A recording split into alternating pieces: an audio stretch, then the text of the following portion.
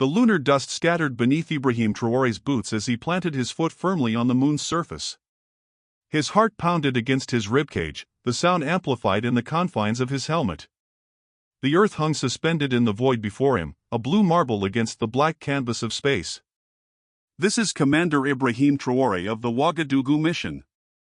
I stand here today not just for Burkina Faso, but for all of Africa and humanity. He spoke into his communication system, his voice calm despite the momentous occasion. Today proves that the stars belong to all of us. Behind the composed exterior broadcasted to billions watching from Earth, Ibrahim's mind raced with thoughts of the journey that had brought him here. Before we jump back in, tell us where you're tuning in from, and if this story has touched you, make sure to subscribe because tomorrow, I've saved something extra special for you. 3 years ago, he had been humiliated on the world stage, his dreams seemingly crushed forever. Now, against all odds, he stood where no African had stood before. "Commander, you're cleared for EVA continuation," came the voice of Mission Control. "The world is watching. Make history." Ibrahim took a deep breath. They had no idea what was coming next. 3 years earlier, Pan-African Space Summit, Addis Ababa. The conference hall buzzed with anticipation as delegates from across the continent gathered for the historic announcement. Ibrahim Traoré, then Burkina Faso's Minister of Science and Innovation, had spent 5 years developing the Pan-African Space Initiative, a collaborative effort designed to put an African astronaut on the moon within the decade. The proposal before you represents not just scientific advancement, but a new chapter in Africa's story. Ibrahim addressed the assembly, his passion evident in every word. For too long, space exploration has been the domain of a select few nations. Today, we change that narrative. The delegates erupted in applause.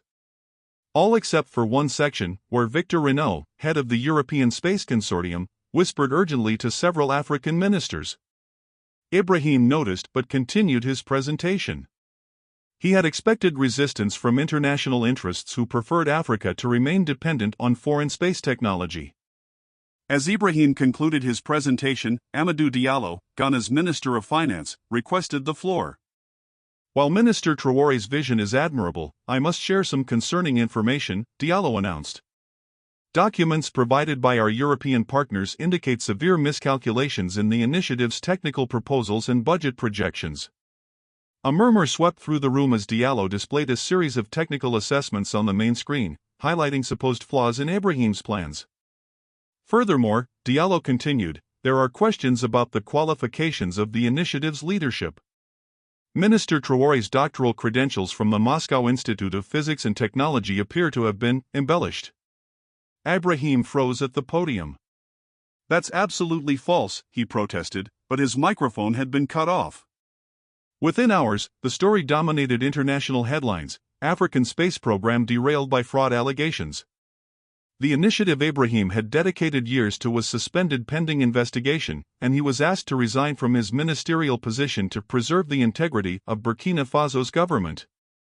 What the world didn't know was that the evidence against Ibrahim had been fabricated by Renault's consortium, which stood to lose billions in satellite and telecommunications contracts if Africa developed independent space capabilities. In the quiet of his modest apartment in Ouagadougou, Ibrahim sat surrounded by boxes of personal items from his former office. His phone had stopped ringing days ago as former allies distanced themselves from the scandal. He stared at the framed photograph on his wall, a group picture from his days at NASA's International Space Center Fellowship Program 15 years earlier. A knock at the door interrupted his thoughts. Ibrahim opened it to find Professor Fatima Nkosi, his former mentor from the University of Cape Town. "They got to Diallo," she said without preamble, entering the apartment and closing the door. "The Europeans don't want competition. But they've underestimated you." "How can you be sure?" Ibrahim asked. "Because I've spent the last week verifying your calculations," she replied, producing a tablet. "You weren't wrong, Ibrahim. Your propulsion system design is revolutionary, exactly why they wanted to discredit you before anyone realized its value." Ibrahim took the tablet, scrolling through Fatima's analysis. "But that's not why I'm here," she continued. "I've been in contact with Wei Chen." Ibrahim looked up sharply. Dr. Wei Chen had been part of his NASA fellowship cohort and now served as deputy director of China's lunar exploration program.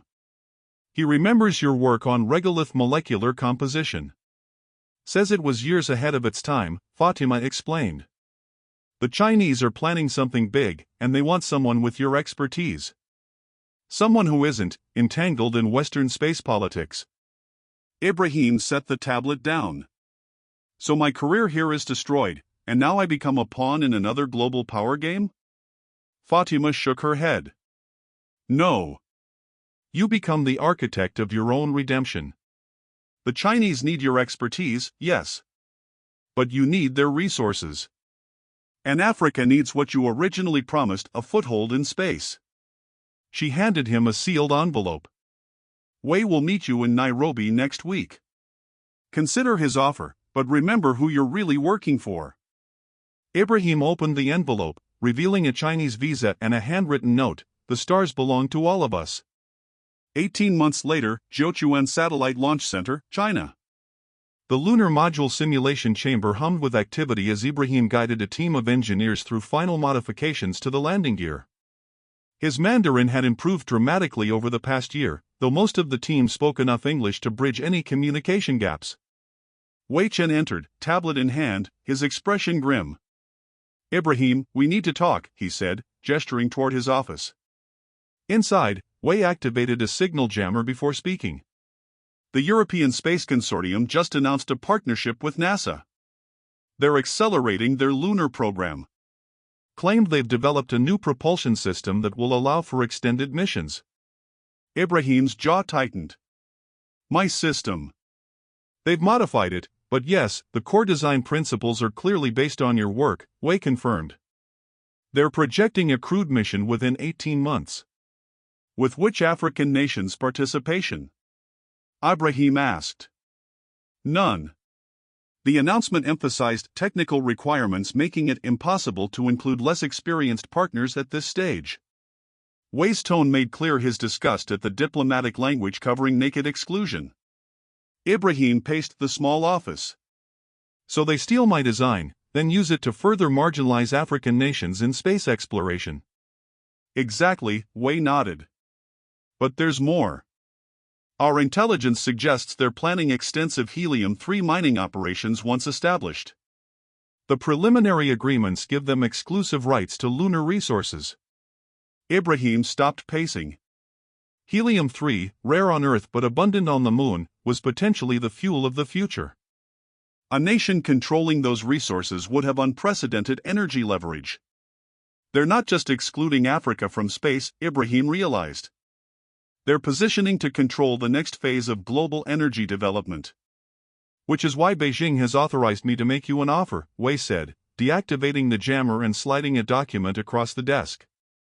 Full funding. Accelerated timeline. And a seat on the mission. Ibrahim scanned the document. The Chinese were proposing to fast-track their lunar program, with launch now scheduled for just 12 months away. And they were offering him the role of mission specialist. Why me? Ibrahim asked, though he suspected the answer. Officially? Your expertise in regolith composition and your work on the landing module makes you uniquely qualified, Wei answered. Unofficially? When we plant the flags on lunar soil, we want the world to see that China embraced African expertise while Europe and America excluded it. Ibrahim understood the geopolitical theater at play. He would be used as a symbol in China's narrative of global partnership versus Western exclusion. But he also saw an opportunity, a chance to reclaim his dream and prove that Africa belonged among the stars. I'll need to make some calls, Ibrahim said finally. If I do this, we do it my way. Beijing, China 10 months before launch. In a secure conference room deep within China's Space Administration headquarters, Ibrahim stood before a council of officials, including 3 members of the Politburo. They had been arguing for hours over his proposed modifications to the mission. What Commander Traore suggests is unprecedented, protested Director Zhao, the conservative head of mission planning. The additional equipment will add weight and complexity. The independent communication system alone requires. is necessary for the scientific objectives I've outlined, Ibrahim interrupted firmly. The ability to conduct independent observations and transmissions during lunar night is essential to my research. The research in question, which Ibrahim had carefully documented over 14 months, focused on mapping lunar subsurface features to identify helium-3 deposits. China was interested in the research for its energy implications, but they were unaware of Ibrahim's secondary protocol, encrypted in the communications system he'd designed. After more debate, Wei Chun, who had become Ibrahim's strongest ally in the administration, spoke up. The European-American mission launches in 6 months. Our intelligence indicates they've solved their propulsion issues using designs remarkably similar to those Commander Traore developed years ago. Wei's implication was clear: Ibrahim had been right before, they should trust him now. Eventually, the committee approved Ibrahim's modifications with minor adjustments. Later, in Wei's office, the deputy director poured 2 glasses of baijiu. "That was impressive," Wei said. "You've convinced the most conservative space administration on Earth to adopt untested protocols on our most ambitious mission." Ibrahim accepted the glass. "Not untested. Just not tested here." Wei gave him a searching look. "There's more to your modifications than you shared with the committee." Ibrahim didn't deny it. "Just as there's more to Beijing's interest in me than scientific expertise." Wei smiled slightly. "You're preparing something. A statement? A revelation during the mission?" "Let's just say I'm ensuring that when we reach the moon, the truth will be impossible to ignore," Ibrahim replied, carefully avoiding specifics. His friend didn't need the burden of knowing exactly what he planned. "The committee is already nervous about giving you the EVA lead," Wei warned. "If they suspected." "They won't," Ibrahim assured him. "Everything I've proposed serves China's stated mission objectives. The fact that it serves other objectives is incidental." Elsewhere in Beijing, Ibrahim had cultivated relationships with African diplomats and journalists. Through encrypted channels, he had been feeding information about the European-American theft of his propulsion system designs to trusted contacts in African media outlets. The stories hadn't broken yet. Ibrahim was timing their release carefully, but the groundwork was being laid. He had also established secure communication with a network of former colleagues across Africa who had access to their nation's most powerful radio telescopes. When the time came, he would need them. Wei raised his glass. "To new frontiers, then." "To truth," Ibrahim countered, clinking his glass against Wei's. "Wherever it leads us." "Lunar surface, Mare Imbrium." Ibrahim checked his oxygen levels one final time before signaling to the command module. "This is Commander Traore. I'm proceeding with EVA Phase 2 as planned." "Confirmed, Commander," came the response from Yang Min, the mission pilot maintaining position in the lunar orbit. "You are cleared for extended exploration. Beijing is standing by." Ibrahim moved methodically across the lunar surface, setting up specialized equipment at precise coordinates he had calculated months earlier. To mission control, he was conducting standard geological surveys. In reality, he was establishing a network of transmitters that would allow him to broadcast independently to Earth without relying on Chinese communication systems. His helmet comm crackled. "Commander, we're receiving unusual readings from your position," came the voice of Beijing's mission director. "Please confirm status." "Readings normal on my end," Ibrahim responded, continuing his work. "Possibly interference from the solar activity we detected earlier." As he placed the final transmitter, a movement on the horizon caught his attention. A vehicle was approaching, one that shouldn't have been there. Ibrahim zoomed his helmet camera. The European-American lunar rover was advancing toward his position, having landed on the far side of Mare Imbrium just 3 weeks earlier. The competing mission had been monitoring his activities. "Beijing, we have company," Ibrahim reported, watching the rover approach. "European-American expedition at my 2 o'clock. "That's impossible," the mission director responded.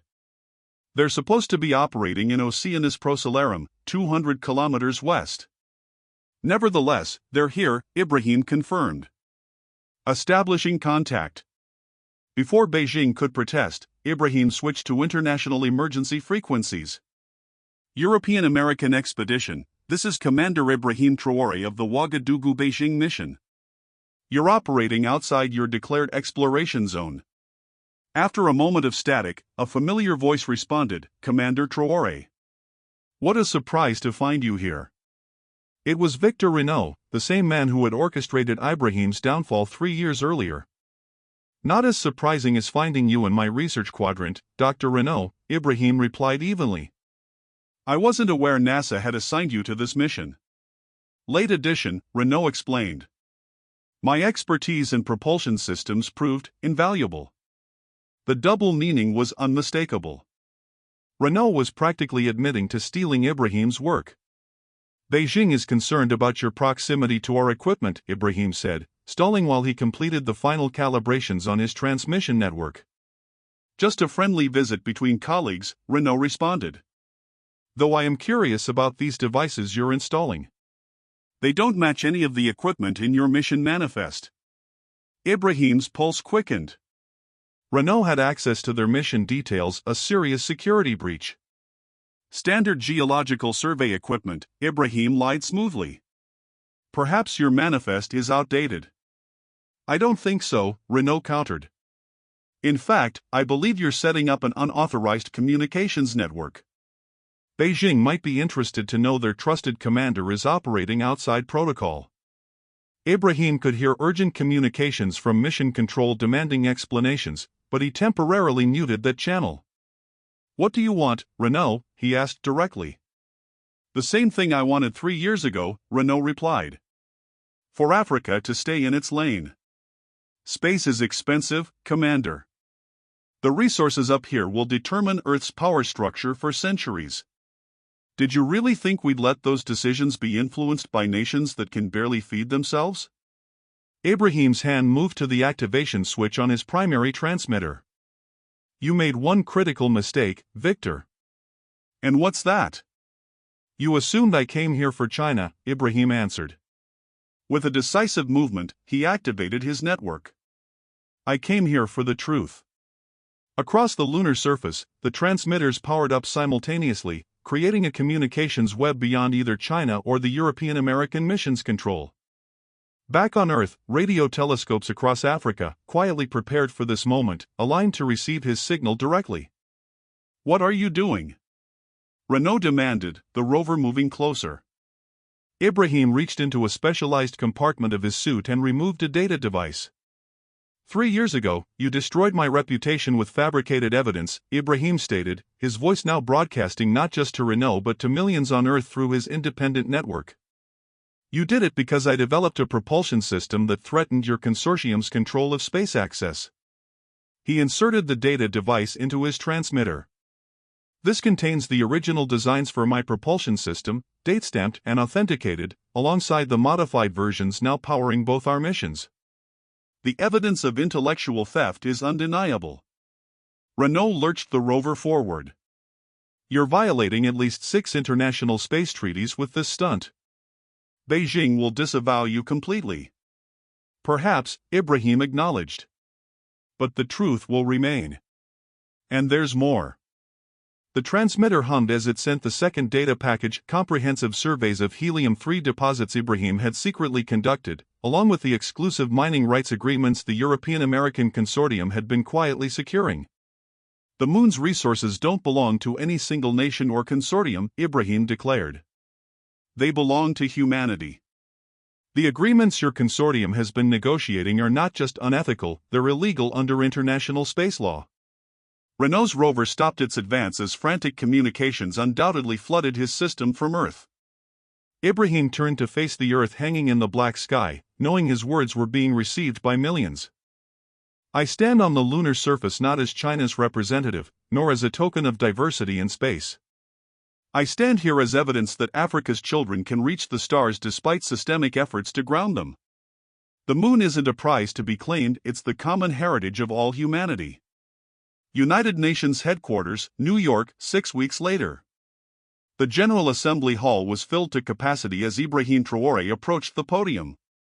The standing ovation lasted nearly 5 minutes, an unprecedented reception for a man who, just weeks earlier, had been denounced by both Chinese and Western authorities as a rogue astronaut who had compromised mission objectives.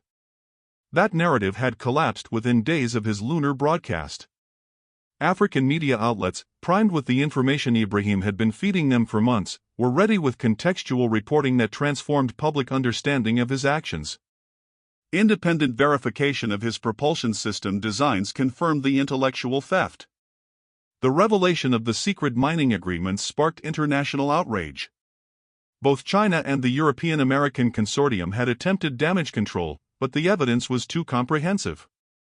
An emergency session of the UN Committee on the Peaceful Uses of Outer Space had been convened, resulting in the nullification of all exclusive lunar resource agreements and the establishment of a new international framework, the Traore Protocols, governing space resource management.